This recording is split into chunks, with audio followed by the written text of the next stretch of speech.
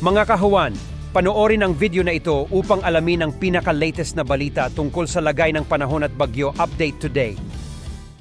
Ngayong ikalawang araw po ng Pebrero, mahina pa rin po ang amihan or northeast monsoon na tanging nakakaapekto lamang dito sa may extreme northern Luzon.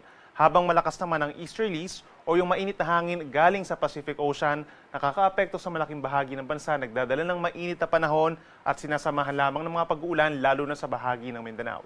Base naman sa ating latest satellite animation, wala po tayong namamataang bagyo o aasahang bagyo sa mga susunod na araw na papasok ng ating Philippine Area of Responsibility. So far, wala pa rin tayong gale warning or babala sa mataas na alon dahil mahina pa rin po ang ating hanging amihan.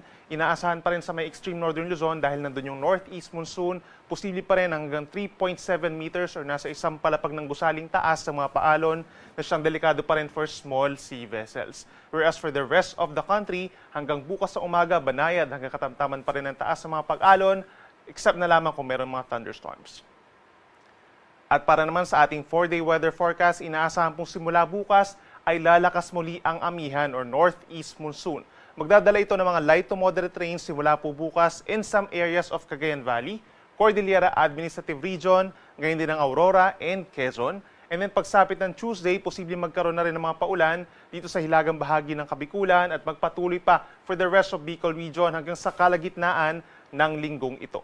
For the rest of Luzon, asahan yung partly cloudy to cloudy skies within the next 4 days at may chance na lamang po ng mga isolated light rains at posibleng lumamig ulit ang panahon pagsapit ng either Tuesday or Wednesday, kabilang na rin dyan ang Metro Manila.